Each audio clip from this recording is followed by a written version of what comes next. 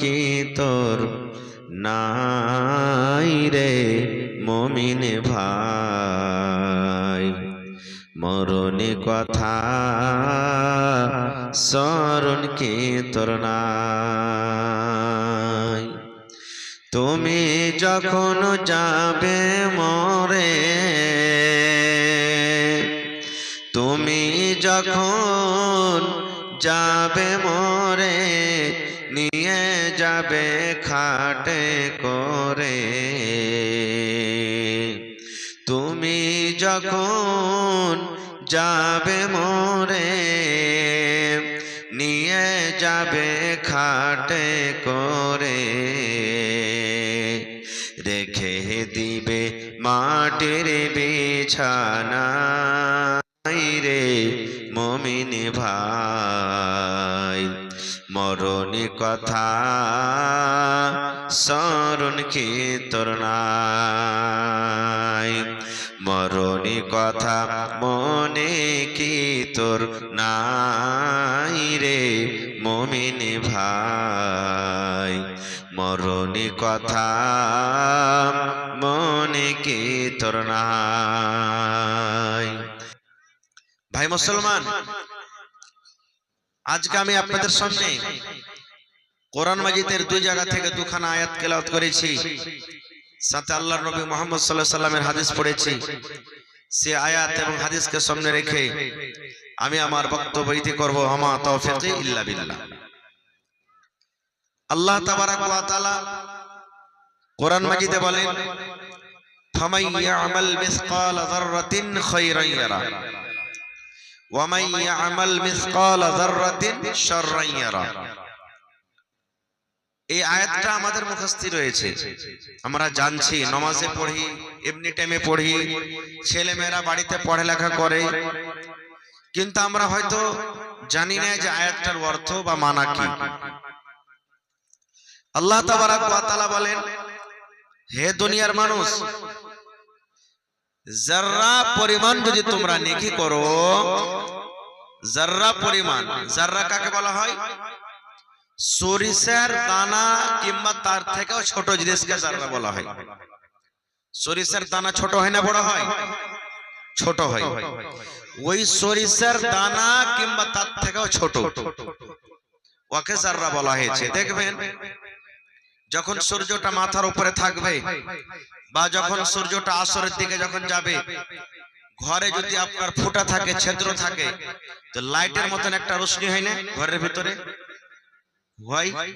তো দেখবেন ওই রোশনির ভিতরে, আলোর ভিতরে ধুলা ধুলা ছোট ছোট ছোট ছোট কিছু দেখতে পাওয়া যায়। এমনি দেখতে পাবেন না, ওই যে জায়গাখানে রোশনি লাগছে, লাইট লাগছে, ওই যে ওই ভিতরে দেখতে পাবেন উঠছে, ওকে বলা হয় যাররা।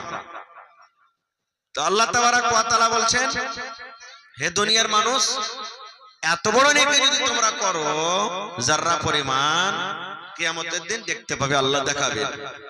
আর যদি যাররা পরিমাণ যদি আল্লাহ তাবারাক দুনিয়াতে যদি আমরা ভুল করি, গুনাহ করি, পাপ করি, সেটাও কিয়ামতের দিন আল্লাহ তাবারাক ওয়া তাআলা দেখাবে। এটা বিশ্বাস হচ্ছে না হয় না বলেন তো? বিশ্বাস হয়েছে? কেন বিশ্বাস করবেন না? এই যে দেখেন মোবাইল লাগাচ্ছে কতটি। আজকে যদি আমি আস্তে করে বলি, জোর করে বলি, এতে কথা রেকর্ড হবে না? হবে না? হবে। বড় বড় ব্যাংকে দেখবেন সিসিটিভি ক্যামেরা লাগা আছে, আছে না নেই? আপনি যখন কোনো জিনিস লাড়বেন, ছুঁইবেন, চুরি করবেন, তো ওতে সব কিছু দেখতে পাওয়া যাবে যে কে এলো আর কে নিয়ে গেল, পাওয়া যাবে কি যাবে না? তো মানুষ যখন এতখানি জ্ঞান বুদ্ধিতে যখন এখানটা করতে পারে, তো আল্লাহ তাবারাক ওয়া তাআলা ছোট ছোট জিনিসকে লিখতে পারবেন না? জোরে বলেন, পারবে না? পারবে না? পারবে। আর একটা আপনাদেরকে বলি, জ্বরকে কি আমরা দেখতে পাই যে শরীরে যে জ্বর হয়? জ্বর দেখা যায় না। আজকে যে ভূমিকম্পটা হয়েছে, দেখেছেন ভূমিকম্প যে হলো আজকে, বুঝতে পারেনি, কিন্তু আল্লাহ তাবারাক ওয়া তাআলা এত বড় বড় মেশিন দিয়েছে, মানুষকে জ্ঞান বুঝে দিয়েছে যে কত পয়েন্টে কত জোরে ভূমিকম্প এসেছে ওটাও নোট হয়ে গেছে। জমির কত তল পর্যন্ত গেছে ওটাও হয়ে গেছে। আল্লাহুস সামাদ। আজকে ঠান্ডার পাওয়ার, ঠান্ডা শরীরে লাগছে, অনুভব হয়েছে, মাহসুস হয়েছে, কিন্তু কত ডিগ্রিতে ঠান্ডা আছে আমরা জানি না।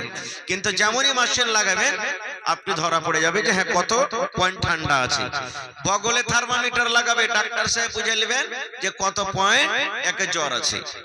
তো মানুষের জ্ঞান বুঝতে যদি মানুষ না দেখা জিনিসকে নাপ করতে পারে, ধরতে পারে, তো আল্লাহ তাবারাক ওয়া তাআলা ছোট ছোট জিনিসকে কিয়ামতের দিন দেখাইতে পারবে না? পারবে। ভাই আমার, তাহলে বলবেন মাওলানা ছোট জিনিসের ফের কি ভ্যালু আছে? জি আছে, সময়তে টাইমে খুবই ভ্যালু আছে। আপনি 1 লাখ টাকা দামের গাড়ি নিয়েছেন, 5000 টাকা দামের সাইকেল নিয়েছেন, 6000 টাকা দামের, যে জায়গাতে কম দিচ্ছেন ওই রব্বট খানটার নাম কি বলেন? ভলপিন নাকি? জোরে বলেন। ভলপিন বলছেন। যদি ভলপিনটা খুলে লাও হয় তো সাইকেলের কি দাম থাকলো চড়তে পারবেন? 5 টাকা 10 টাকা তো তার দাম। একটু যদি সুই দিয়ে টুইটাকে ফুটা করে দেন তা হাওয়া থাকবে? থাকবে না। খুব কলম আপনার পকেটে 5 টাকা দাম আর আছে, আর মুখে একটা বল লাগা থাকছে না কলমের, যদি খুলে লাও হয় তো কলমে লিখবে? লিখবে না। খুব আল্লাহুস সামাদ। তো ভাইরে, ছোট ছোট জিনিস থেকে বড় হয়ে যায়। আমরা যখন পড়িতাম তখন মাওলানা জালসা করতেন, একটা জিনিস জালসাতে পড়িতেন কি, कितनी छोटी होने की, कितनी छोटी होने की उसे हल्की ना जान, रब की बख्शिश के लिए कोई बहाना चाहिए। मौलाना बोलते हैं এটা কথা। যত ছোট নেকি আছে ছোট মনে করিয়েন না, কে জানি আল্লাহ তাআলা কখন কোন আমলে maaf করে দিবেন। আজকে জালসাতে এসেছেন, ওরে আল্লাহ, আল্লাহ রাব্বুল আমিন হয়তো এই জালসার বিনিময়ে, মাহফিলের বিনিময়ে আপনার গুনাহকে আল্লাহ maaf করতে পারেন, পারবেন না? আল্লাহ রাব্বুল আমিন কত ফেরেশতাকে বলছেন, ও ফেরেশতা দল রে, দেখো আমার বান্দা বান্দিরা এত ঠান্ডা থাকা সত্ত্বেও ইচ্ছা করতে গেলে ল্যাপের ভিতরে, লেহেলের ভিতরে ঢোকা থাকতো, কিন্তু ফেরেশতা রে দেখ রে ফেরেশতা দেখ, এই মসজিদের প্রতি কত ময়া, মসজিদের প্রতি কত ভালোবাসা, আমার ঘরকে তারা কত ভালোবাসে, কোরআনকে কত ভালোবাসে, জাহান্নামের ভিতরে কত ডর, এই ডর থাকার কারণে আজকে দেখো বসে বসে দিনের কথা শুনছে। কত আল্লাহ তাবারাক ওয়া তাআলা খুশি হবে আল্লাহ ছাড়া কেউ জানে না। ভাই মুসলমান, আল্লাহর নবী বলেছেন, একজন মহিলা একটা বিলাইকে বেঁধে রেখেছিল। বিলাই, আহারে বিলাই, হয়তো বিলাইটা কোনো দোষ করে দিয়েছে, মাছ খেয়েছিল, ভাত খেয়েছিল, রুটি কিছু খেয়েছিল বিলাইটা। আজকে আমাদের মায়েরা খালারা বাড়িতে বা আমরাও যদি বড়কা চাকা গালাখানটা তুলে খেয়ে লাই, বিলাইটার পরে মন রাখবে না? রাখবে না? আই শালা বিলাই, তুই এত বড় খানটা চাকা তুই খেয়ে নিলি, তুই হ্যাঁ দুধ রাখা ছিল খেয়ে নিলে। আসলে বিলাইয়ের ঝোঁটা পাক আছে, বিলাইয়ের ঝোঁটা পাক। বিলাই যদি খুরিতে মুখ দিয়ে দেয়, ভাতে মুখ দিয়ে দেয়, তরকারিতে মুখ দিয়ে দেয়, রুটিতে মুখ দিয়ে দেয়, আল্লাহর নবী বলেছেন উম্মত রে, বিলাইয়ের ঝোঁটা পাক আছে, বিলাইকে তুমি থালতে বসে বসে যদি ইচ্ছা করো তো খেতে পারো, তোমার গুনাহ হবে না, পাপ হবে না, কোন রকমের তোমার গুনাহ হবে না। কিন্তু মুসলমান, আল্লাহর নবী বলেছেন, ওরে সুবহানাল্লাহ, একজন মহিলা একটা রাগের কারণে বিলাইকে মেরে রেখে চলো, বেঁধে রেখে চলো। মহিলাটা নামাজ পড়তো, মহিলাটা রোজা রাখতো, মহিলাটা তেলাওয়াত করতো, মহিলাটা দান সাদকা সব করতো, সামান্য একটাই মাত্র ছোট্ট গুনাহ, ছোট পাপ মনে করে ওই বিলাইটাকে বেঁধে রেখেছে। তাকে দানাও দেয়নি, পানিও দেয়নি, গলা খান ছেড়ে দিলে আল্লাহর জমিনে ঘুরতো, খেয়ে পেট ভরতো। কিন্তু ওরে সুবহানাল্লাহ, ওই বিলাইটাকে বেঁধে রেখে সুখিয়ে সুখিয়ে তাকে মেরে দিয়েছি। আল্লাহ নবী বলেছেন, মহিলা রে, ও দুনিয়ার মানুষ তোমরা শুনে নাও, ওই মহিলা একটা বিলাইকে মেরে দেওয়ার কারণে তাকে আল্লাহ রাব্বুল আমিন জাহান্নামী ঘোষণা করে দিয়েছে। সামান্য একটা বিলাইকে মেরে দেওয়ার কারণে ওকে জাহান্নামী ঘোষণা করে দিয়েছেন। তাহলে ছোট পাপকে ছোট পাপ মনে করতে হবে না। আর একটু আগে চলেন। আল্লাহর নবী সাল্লাল্লাহু আলাইহি সাল্লাম একদিন ফজরের নামাজ পড়ে নবীজি সাহাবায়ে কেরামের দিকে ঘুরে গেছেন। ইমাম সাহেব মুক্তাদির দিকে ঘুরে কি করে না? ঘুরলেন। সাহাবায়ে কেরাম বসে আছেন, তাসবিহ তাহলিল জিকির আজকার করছেন। নবীজি বলছেন, বেলাল ও বেলাল তুমি কোথায় আছো? বেলাল হাজির হয়ে গেলেন সামনে। এবার শুনেন, নবীজি বললেন, বেলাল রে, জীবনে তুমি কোন এমন আমল করো রে বাবা, যে আমলটার কারণে আমি নবী তোমাকে জান্নাতের ভিতরে হাঁটতে দেখলাম? তুমি নাকি খড়ম বেঁধে দিয়ে আমার আগে আগে জান্নাতের ভিতরে হাঁটছো, আমি তোমাকে জান্নাতের ভিতরে আগে আগে হাঁটতে দেখলাম। কোন এমন আমল করো রে বেলাল, তুমি কোন এমন নেকি করো আল্লাহ রাব্বুল আমিন সেই আমলটাতে তোমার খুশি হয়ে গেছে, আল্লাহ রাব্বুল আমিন সেই নেকিটাতে তোমার খুশি হয়ে গেছেন, আল্লাহ রাব্বুল আমিন সেই নেকিটাতে তোমার রাজি হয়ে গেছে?